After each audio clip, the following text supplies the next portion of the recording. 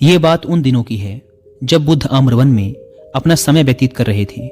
इस समय तक बुद्ध की प्रसिद्धि दूर दूर तक फैल चुकी थी। बहुत दूर दूर से लोग अपनी चिंताओं और परेशानियों का समाधान खोजने बुद्ध के पास आते थे। ऐसे ही एक दिन जब बुद्ध आम्रवन में अपने शिष्यों को प्रवचन दे रहे थे तो एक अधेड़ उम्र का व्यक्ति अपने 20-21 वर्ष के पुत्र को अपने साथ लिए बुद्ध की तरफ चला आ रहा था। जब वे प्रवचन स्थल के पास पहुंच गए तो बुद्ध ने एक नज़र उन पर डाली और इशारे से प्रवचन में बैठने के लिए कहा।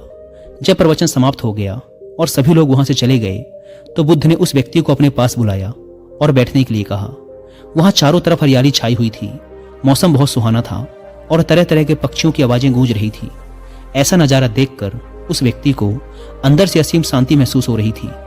इसके बाद बुद्ध ने उस व्यक्ति से आने का कारण पूछा तो इस पर व्यक्ति ने कहा, हे तथागत, मैं 2 दिन की लंबी यात्रा करके अपने पुत्र को आपसे मिलवाने लाया हूँ। ये मेरा इकलौता पुत्र है, पर यह हर समय थका थका रहता है। ऐसा लगता है जैसे इसके अंदर कोई जान ही नहीं है, कोई प्राण ही नहीं है। इसका स्वभाव भी काफ़ी चिड़चिड़ा हो गया है। अगर हम इससे कुछ भी कहते हैं तो यह हमारी छोटी छोटी बातों पर गुस्सा हो जाता है। इसके देखने की क्षमता भी उम्र से पहले ही कमज़ोर हो गई है और इसके बाल भी सफ़ेद पड़ने लगे हैं। इतनी कम उम्र में इतनी बड़ी उम्र का लगना, मुझे तो कुछ समझ नहीं आ रहा कि इसके साथ हो क्या रहा है। तथागत, मैं अपने पुत्र के स्वास्थ्य को लेकर बहुत चिंतित हूँ।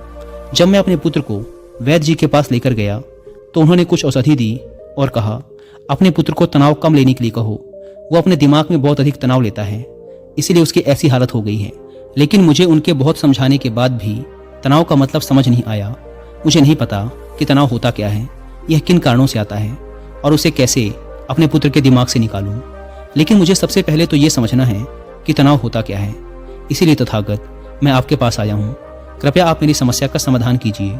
यह सुन बुद्ध उसके पुत्र को बड़े ध्यान से देखते हैं, उसके चेहरे को देखते हैं, उसकी आंखों को देखते हैं और फिर उसके हाथों की नब्ज को भी देखते हैं। यह सारी विधि करने के पश्चात बुद्ध उस व्यक्ति से कहते हैं, तनाव लेना तो कोई नहीं चाहता, लेकिन फिर भी यह तनाव लोगों के दिमाग को दीमक की तरह पकड़ लेता है और व्यक्ति जान भी नहीं पाता कि वह तनाव में जी रहा है। लेकिन अगर व्यक्ति तनाव के कारणों को अच्छे से समझ लेता है और तनाव के बारे में कोई ऐसा पैमाना बना लेता है जिससे वह जान सके कि वह कितने तनाव में है, तो वह इस समस्या का समाधान भी खोज सकता है। सबसे पहले तो तुम ये समझो कि तनाव होता क्या है। जब भी कोई व्यक्ति कोई काम कर रहा होता है लेकिन उसका मन कहीं दूर भटक रहा होता है, कल्पनाओं में होता है, तो उसके शरीर और मन के बीच एक दूरी पैदा हो जाती है। यह दूरी जितनी अधिक होगी, व्यक्ति उतनी ही ज्यादा बेहोशी की अवस्था में होता है और शरीर व मन के बीच की इसी दूरी, इसी खिंचाव को तनाव कहा जाता है। आखिर कोई पसंदीदा खेल खेलने के बाद व्यक्ति चुस्ती और प्रसन्नता से क्यों भर जाता है, जबकि उसने तो अपने शरीर को थकाया है। लेकिन समझने वाली बात यह है कि खेलते समय मन और शरीर एक साथ पूरी तरह से उस खेल में केंद्रित होते हैं, जिससे शरीर और मन के बीच दूरी पैदा नहीं होती और कोई तनाव पैदा नहीं होता। और अगर दिमाग में कोई तनाव था भी तो वह भी दूर हो जाता है। लेकिन इसके विपरीत जब हम कोई ऐसा काम करते हैं जो हमें पसंद नहीं, तो हमारा शरीर तो उस काम को कर रहा होता है, लेकिन हमारा मन कहीं दूर कल्पनाओं में भटक रहा होता है, जिससे शरीर और मन के बीच एक दूरी पैदा हो गई और तनाव ने जन्म ले लिया। इसीलिए व्यक्ति को एक समय पर सिर्फ एक ही काम करना चाहिए और अपने तन और मन की सारी शक्ति उसी एक काम पर लगा देनी चाहिए, जिससे व्यक्ति के अंदर तनाव पैदा ही ना हो। इसके बाद बुद्ध ने कहा, तनाव पैदा होने के मुख्य 8 कारण होते हैं और जिसने इन कारणों को समझ लिया वह जीवन भर तनाव मुक्त रह सकता है। मुख्य कारणों में सबसे पहला कारण है अति महत्वाकांक्षी होना। महत्वाकांक्षी होना अच्छी बात है, लेकिन क्या कभी आपने इस बात पर ध्यान दिया है कि इंसान के लक्ष्य कभी पूरे ही नहीं होते। उसका एक लक्ष्य पूरा हुआ नहीं कि वह दूसरे की तरफ भागने लगता है, दूसरा पूरा हुआ तो तीसरे की तरफ, और इस तरीके से वह अपने लक्ष्यों को पाने के लिए जिंदगी भर गोल गोल घूमता रहता है। इसीलिए जो व्यक्ति अति महत्वाकांक्षी होता है, जिसने बड़े बड़े लक्ष्य बनाए होते हैं, वह वर्तमान में कभी रह ही नहीं पाता। उसका मन सदैव भविष्य की योजनाएं बनाने में ही व्यस्त रहता है। उसका शरीर तो वर्तमान में रहता है, लेकिन मन भविष्य में ही रहता है, जिससे मन और शरीर के बीच दूरी पैदा हो जाती है और वह तनाव भरी जिंदगी जीने लगता है। बुद्ध के मुंह से यह बात सुन उस लड़के ने कहा, बुद्ध, तो फिर इसका मतलब है कि हमें लक्ष्य नहीं बनाने चाहिए, क्योंकि लक्ष्य बनाना भी तो महत्वाकांक्षा ही है। इस पर बुद्ध ने कहा, जीवन में लक्ष्य बनाना कोई गलत बात नहीं, लेकिन समस्या तब उत्पन्न होती है जब हम अपना पूरा ध्यान उस लक्ष्य से मिलने वाले परिणाम पर ही लगा देते हैं और उसके परिणाम की चिंता करते रहते हैं। व्यक्ति को वर्तमान में जीना आना चाहिए। आप लक्ष्य बनाइए और उस लक्ष्य की प्राप्ति के लिए कड़ी मेहनत करिए, लेकिन साथ ही साथ आपको इस बात का भी ज्ञान होना चाहिए कि आप अभी वर्तमान में जी रहे हैं और वर्तमान ही सत्य है। बुद्ध ने आगे कहा, तनाव का दूसरा सबसे बड़ा कारण है ईर्ष्या। जब व्यक्ति ईर्ष्या और जलन से भर जाता है तो उसका मन अंदर से सड़ने लगता है। ईर्ष्या एक आंतरिक घाव है। आंतरिक घाव यानी मन का घाव।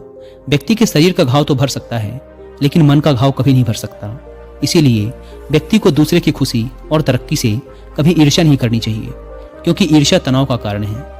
इसके बाद बुद्ध ने तनाव का अगला कारण बताते हुए कहा कि अरुचिपूर्ण काम करने से भी मन में तनाव पैदा होता है। जो काम करना हमें पसंद ही नहीं है, जिस काम में हमारी रुचि ही नहीं है, उस काम में हमारा मन लग ही नहीं पाएगा। हमारा शरीर तो वहीं बैठा रहेगा, लेकिन हमारा मन कल्पनाओं की उड़ान भरेगा, जिससे शरीर और मन के बीच दूरी पैदा हो जाती है और व्यक्ति तनावग्रस्त हो जाता है। इसीलिए इंसान को हमेशा अपनी रुचि के अनुसार ही कार्य करने चाहिए। अगर व्यक्ति ने यह पता कर लिया कि उसे कौन सा काम करना पसंद है और वो उसी काम को अपने जीवन का लक्ष्य बना लेता है, तो फिर वो काम उसके लिए काम नहीं बल्कि खेल बन जाता है। लेकिन दोस्तों, अपने पैशन को फॉलो करो, ये कहना जितना आसान है उतना ही मुश्किल है अपने असली पैशन को फाइंड करना। क्योंकि आजकल ज्यादातर युवा सोशल मीडिया और अपने फेवरेट सेलिब्रिटीज से इन्फ्लुएंस होकर किसी भी काम को अपना पैशन मान लेते हैं और फिर थोड़े दिनों तक प्रयास करने के बाद उसे बीच में ही छोड़ देते हैं, क्योंकि वो उनका पैशन था ही नहीं। और इस तरीके से वो अपना बहुत सा कीमती समय और ऊर्जा बर्बाद कर देते हैं। तो फिर अपने असली पैशन को कैसे पहचानें? अगर आपका भी यही सवाल है तो इसके जवाब के लिए आप कुकू एफएम पर एक ऑडियो बुक सुन सकते हैं, जिसका नाम है अपने पैशन को पहचानो। ये ऑडियो बुक आपको स्टेप बाय स्टेप गाइड करेगी अपने असली पैशन को ढूंढने में। और जिन्हें कुकू एफएम के बारे में नहीं पता, ये इंडिया का लीडिंग ऑडियो शो प्लेटफॉर्म है, जहां पर 15 lakh plus active Hindi paid subscribers हैं और हर महीने 4200 घंटे से भी ज्यादा का न्यू कंटेंट अपलोड कर दिया जाता है। कुकू एफएम पर आपकी और मेरी तरह लाखों लोग हर दिन 1.5 लाख घंटे से भी ज्यादा का कंटेंट कंज्यूम करते हैं। In short, Kuku FM is 10 time more valuable than before. और अगर अभी तक आपने इसके ह्यूज डिस्काउंट का फायदा नहीं उठाया तो अभी भी देर नहीं हुई, क्योंकि अगर आप यूज करते हैं कूपन कोड WI30 तो आपको इसके फर्स्ट मंथ के सब्सक्रिप्शन पर मिलेगा 30% का डिस्काउंट, यानी आपको पड़ेगा 99 की बजाय सिर्फ 69 रुपीज का। इस ऐप को डाउनलोड करने की link description and first comment पर मिल जाएगी। आइए कहानी पर वापस लौटते हैं।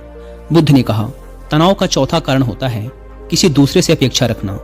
बुद्ध ने उस व्यक्ति की ओर इशारा करते हुए कहा, एक पिता होने के नाते तुम्हारी अपने पुत्र से बहुत सी अपेक्षाएं होंगी कि तुम्हारा पुत्र एक बहुत ही कामयाब इंसान बने, तुम्हारा नाम रोशन करे, जैसा तुम चाहते हो उस तरह का जीवन जिए, तुम्हारी हर बात माने। लेकिन क्या आज तक कभी किसी की सारी अपेक्षाएं पूरी हुई हैं?